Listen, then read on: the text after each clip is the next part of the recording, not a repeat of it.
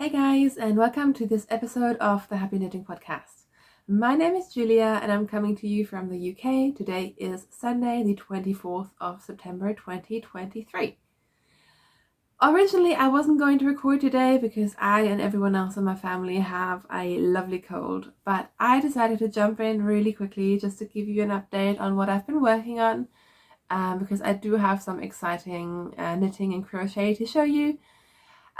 So yeah, if you're here for the first time, welcome, and if you are coming back, thank you so much for being a regular viewer of this podcast, and please excuse my cold sounding voice. There is literally nothing I can do right now, so I'm just going to push through, and hopefully you'll enjoy this episode anyways. And if not, you can come back another time. So before we go into what I have finished, should I talk about what I'm wearing?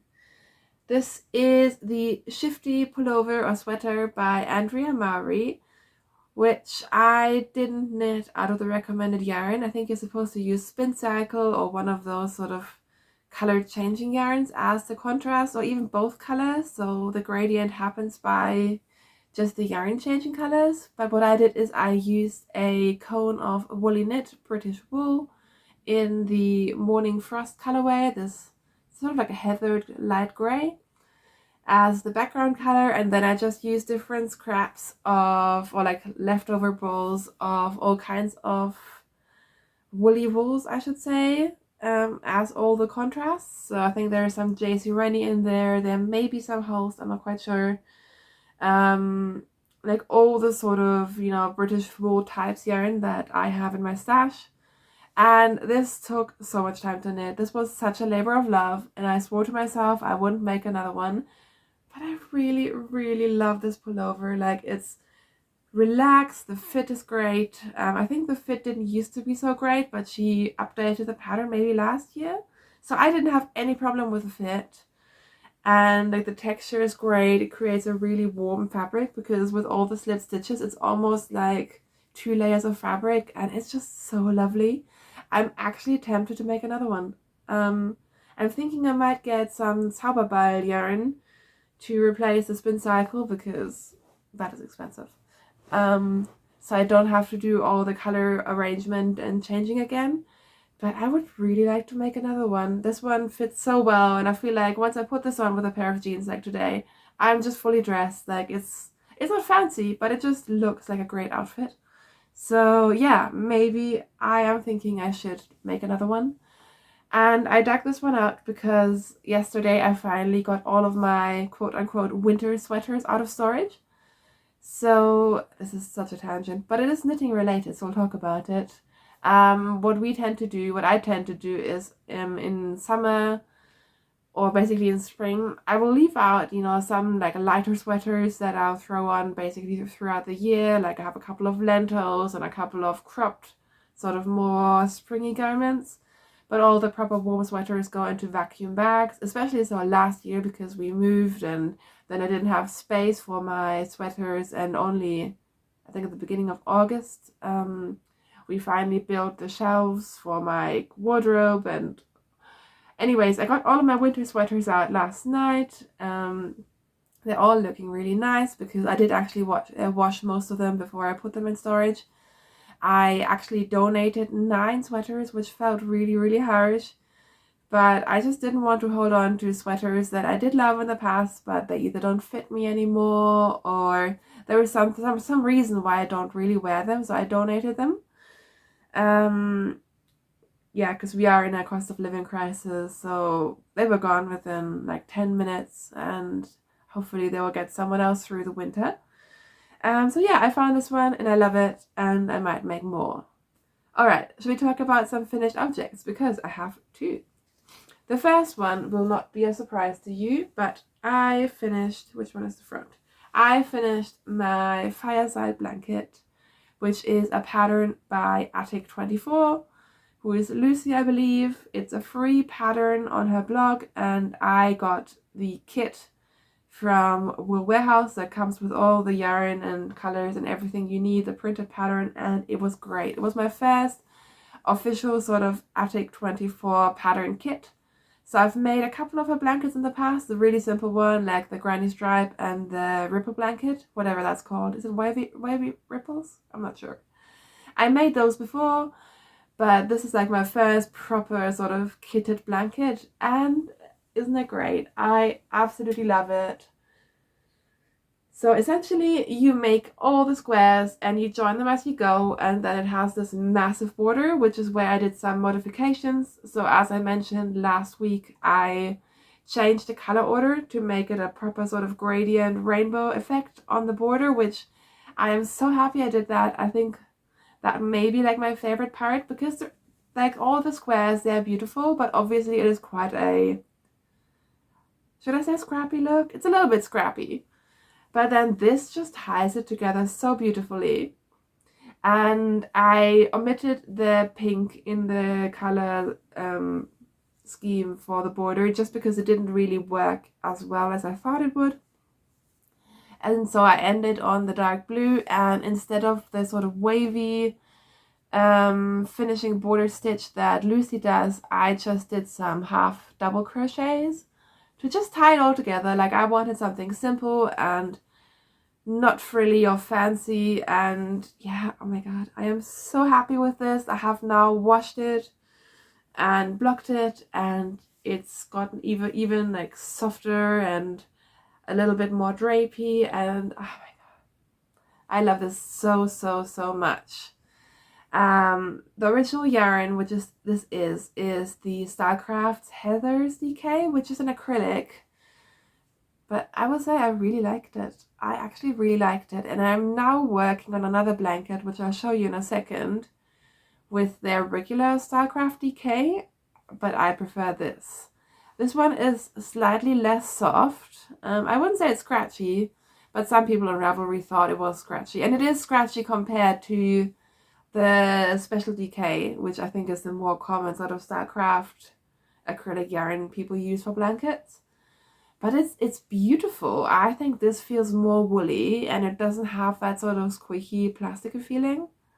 So yeah, I could see myself making more blankets out of this yarn. Obviously the palette isn't huge. I think, is it 12 shades? Is it 18 shades?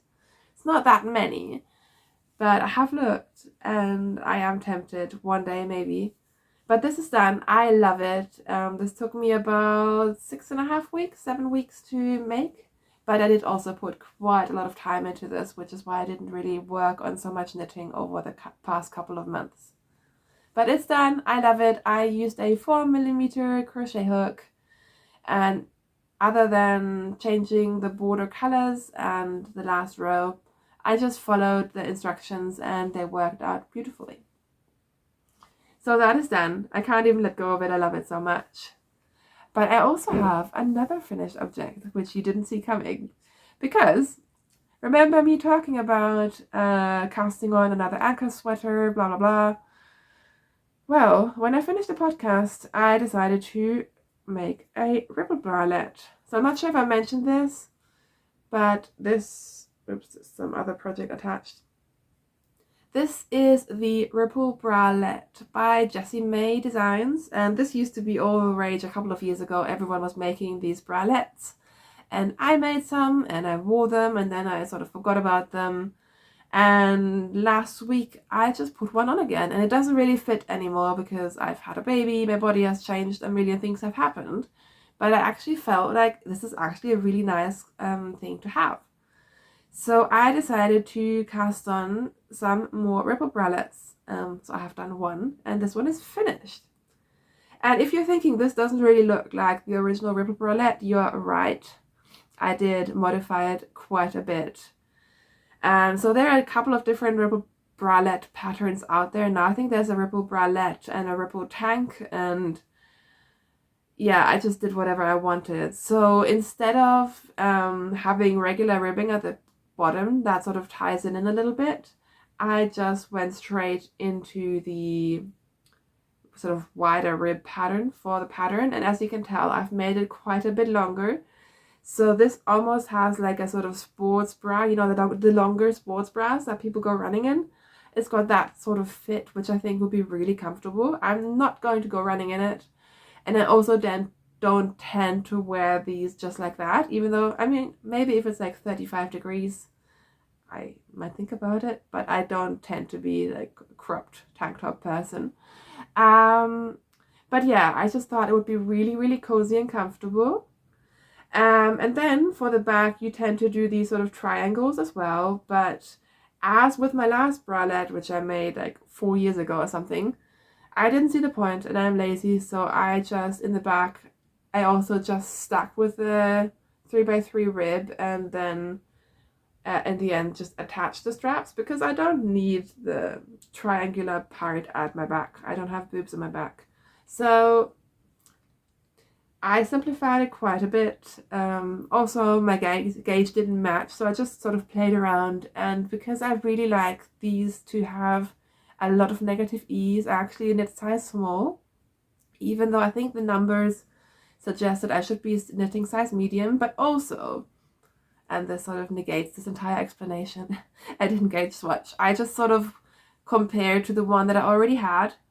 And I originally started for size M. It was way too big, so I then sized down to size small. And it's not too big, but I think I would like even more negative ease in the future, so I want a really tight fit. So this one it's really lovely. It fits sort of like in between a tank top and a bralette.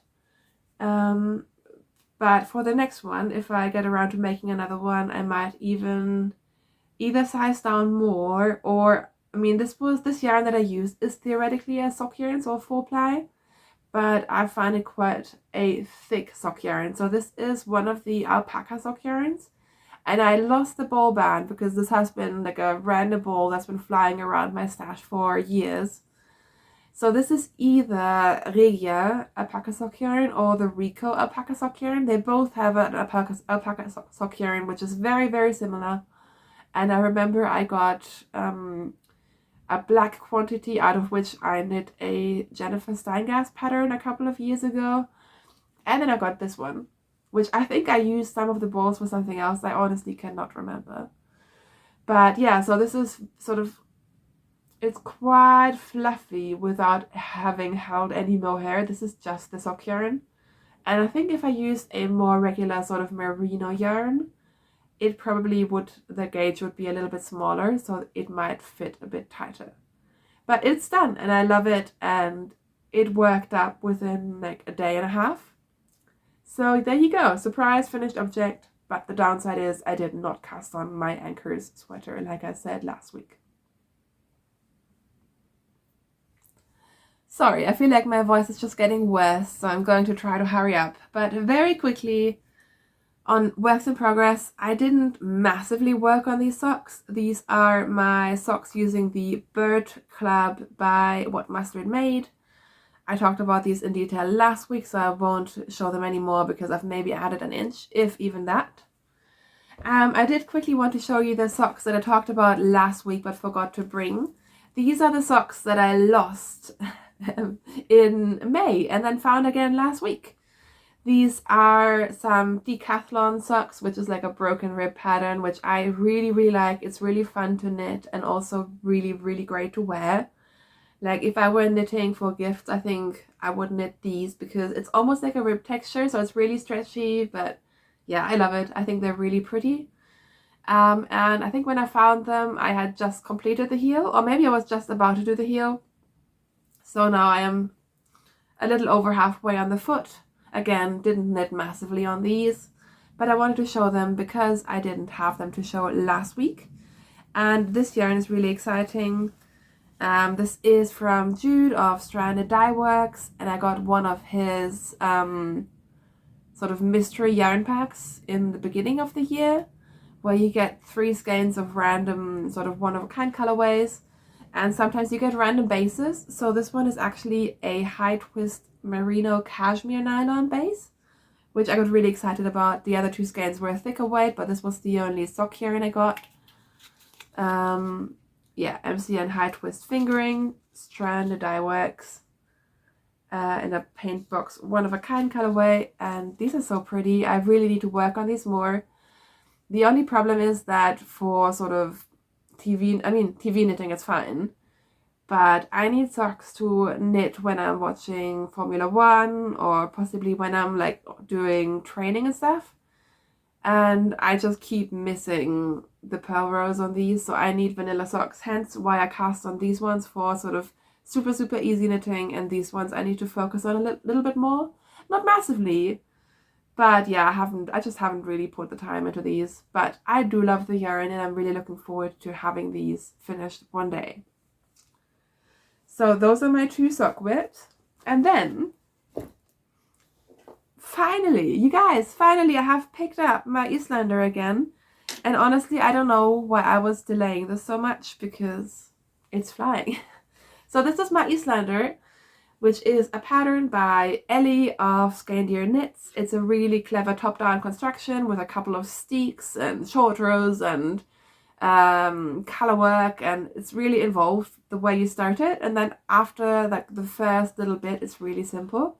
So I've talked about this at length in the past. I'm not going to go into detail, but here's my Eastlander, and I had one sleeve finished and then didn't touch it for at least 4 weeks. This first sleeve took me forever and ever and ever and ever, and I just couldn't face knitting the second one. And then yesterday I forced myself to pick it up, and actually within like half a day, this is where I was. This is where I am now. I actually finished all the color work. I even overshot the color work. So I had to rip out a little bit last night, and I am now on the cuff. So the second sleeve is almost done, which is so exciting, because this, I don't know, I had some kind of mental block with this. I think maybe I just wasn't in a great place mentally when I was working on the first sleeve. But actually it's going really quickly, and I'm so happy I picked it up again, because I almost like put it into serious hibernation, which is something I don't usually do. But yeah, second sleeve almost done, and I mean, I have a bit of the body to go, but it's not massive amounts. I measured it and wrote it down somewhere and forgot, but I think maybe like 4 more inches of the body, if even that. And then I'm going to do a pretty sort of wide ribbing like I did on these sleeves, which is going to take a while. But again, I'm not so far off finishing the sweater actually, because I've done the neckline, I've done all the steeks, like everything is pretty much done. So once I finish the sleeve, I just knit in the round a little bit, and then this will be done. How exciting is this? I'm really excited about this one. At the moment it's feeling really rough because it hasn't been washed yet, except the top bit. The top, like, I think up to here has been washed. I'm not sure if you can tell the difference, but it feels much more even and soft than the bottom. Maybe it looks exactly the same to you, but you can tell in person. And this yarn, once I block it, it's just going to bloom, and even more with just wearing it. This is just gonna become softer and softer and softer, and I am really excited about it. The yarn that I'm using is another cone. This is New Lanark spinning mill in the limestone colorway. With New Lanark spinning mill, I got this yarn because Amy Palco recommended it, and I will buy anything which she recommends, really. I think you can buy bowls of this yarn, but only in the DK and Aran weight. But every now and then they have these 4-ply cones on sale on their webpage, and they're really affordable. I feel like I paid maybe £14 for 500 grams of yarn. And I also got like a rusty red color in the same base, which is really lovely.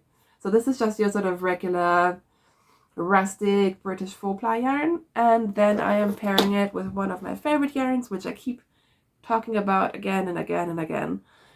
This is JC Rennie in their superwash, JC Rennie in their super soft. And again, I got this on a cone. You can get these in bowls. The bowls are they're not pricey, but they're more pricey because they're washed. But I just buy what they call the greasy cones. It's just the yarn and cones. And it does have some spinning oil in it, but it's not bad. And you just wash it and then it's fine. And so this used to be a cone. I just wound it off. I actually knitted 2 sweaters out of this cone. I knitted the Anchors sweater, my first one. And then I held it double with another Daisy Rennie cone to make a marrow sweater, which sadly I donated yesterday. I think. Did I? Maybe I kept it. I'm not sure. So now I'm using this for the third sweater, so I've got my money out of that cone as well. And yeah, this is going to be lovely. I'm so glad I'm back in love with this, because I was so out of love with the sweater, but now, I don't know. Sometimes you just get blocked with a knitting project, and do let me know if the same thing happens to you. I am curious. I'm assuming it's not just me, but I'm really excited about this now. So there you go. This is what I've been working on this week. Actually, I lied. There's one more project, and it is a big one. And of course, I started another blanket. I sort of hinted at it maybe two episodes ago. I talked about what yarn I got to make more crochet blankets. And give this a chance. I feel like the beginning looks horrible. The colors look awful. But trust me, I mean, this is what I'm telling myself. I think once the sort of blanket grows, it's actually going to be really lovely. So don't turn off quite yet. The yarn that I got for my next blanket is another kit from TheHappyKnittingPodcast, and I'm trying to arrange it so you can actually see it. And of course, my favorite color doesn't show. Where's my favorite color gone? And I got the Dune kit, which is sort of this palette, except there is more yellow, and apparently I left the yellow downstairs. So it's these really, really soft colors, minus, this is one of the heathers from the other cut blanket. But it's this sort of color palette, except for the yellow, which has gone somewhere. And I couldn't decide so long what blanket to make with it. And what she does, what TheHappyKnittingPodcast, what Lucy does, is every blanket sort of has like their pack, but you can use them interchangeably most of the time. So the Dune blanket originally has like a seashell sort of wavy motif, which I was thinking about, but then decided against it. And the original blanket has stripes, but there's also, she usually will give you different ways of arranging colors, and most packs have a color wash order. And a color wash order means you can, instead of doing like stripes or like random sort of color orders, you basically turn it into like a massive sort of like fadey gradient thing. A color wash. There you go. So that's what I decided on doing, but instead of doing the Dune pattern, I decided to make the Dahlia pattern, because I'm so intense with crochet now. I am now on like an TheHappyKnittingPodcast Facebook group, and I was just looking at what other people made, and someone made the most amazing color wash blanket out of this palette using the Dahlia blanket. So this is what I'm doing, except I also changed the color order a tiny bit, and I think 3 or 4 colors I've decided not to use for this blanket. So it's going to be slightly different, and I would show you the pattern, except it was like on a private Facebook group. So it doesn't feel right to just show it on YouTube. So sorry about that. But yeah, so it starts like this, and I don't know. This feels very sort of like 80s baby blanket to me. But I'm going to fade from this next. It's going to fade into this. And then you get into these like yellowy tones and like earthy tones. And then from the earthy tones, eventually, somehow, don't ask me how, we're going to end up with these turquoisey tones. And I think it's going to turn out really, really pretty. Honestly, I have thought about ripping this out because I don't think it looks super great right now. But I'm just gonna keep going because I think I just need to make more of this. And the bigger this gets, the more it'll actually look like what I want it to look like. At least this is what I'm telling myself. And the Dahlia pattern is really, really simple. Again, it's a free one on Lucy's blog. It just has this sort of spike stitch. So it's you do have to count a little bit, but not massively. It's very, very memorizable. I am using a 4mm hook again. And so this is my first time working with the regular Stylecraft Special DK. And this is very soft, and I do love the million colors that it comes in, but this feels more like almost squeaky. I don't love this as much in terms of the feel of the yarn. I still stand by the fact that I have learned that there is a use for acrylic and it is great for blankets. But yeah, I need to keep working on this, and then I think eventually I will decide if I like this yarn or not. I definitely intuitively, if you compare these are both Stylecraft acrylics, but this one is the Heathers and this one is the Specialty K. I do prefer this. But maybe I just need to get used to it. We'll see. Also, I haven't washed this, so I don't know how it sort of wears, and I'm assuming it'll pretty much stay the same, and it is so soft. But yeah, I haven't decided yet. I'm not in love with this yarn yet, but that's okay. We'll see how it goes. I will keep you updated. But yeah, here is my Dahlia blanket, and I hope to make some progress on it soon. As you can tell, I am once again crocheting in my ends as I go, because otherwise I would never do a multicolor blanket. I could not handle all those ends. I would never do it. So yeah, that is my last work in progress, and I'm really excited to see this grow and see how it develops, and hopefully I will then like it more. So there you go. Alright, so that is what I've been working on throughout this last week, which feels like a lot considering how much has been going on. In terms of life, we've just been ridiculously busy, honestly. My new job is going well. It is all fine, but it is a lot. It is honestly a lot to work and to handle and to learn, and it's like a massive organization and the teams are massive, and I'm just sort of, my brain is just like the whole time essentially. But yeah, it's going quite well. It's just a big transition for us, for me, for the toddler, for everyone. And of course, my toddler hasn't been sick from like March to September. And as soon as we hit September and I'm back to work, he is sick and we are all sick, and all these fun things that you go through as a parent, which is fine. It's just, you know, slightly inconvenient, but it always was going to be that way. Like, of course it was. Yeah, otherwise, no massive news, I think. So I'm going to let you guys go. Thank you so much for tuning in today, for spending some time with me. I hope wherever you are healthy, you are safe, and you have some lovely yarn to play with. I will talk to you guys very, very soon. And until then, happy knitting. Bye!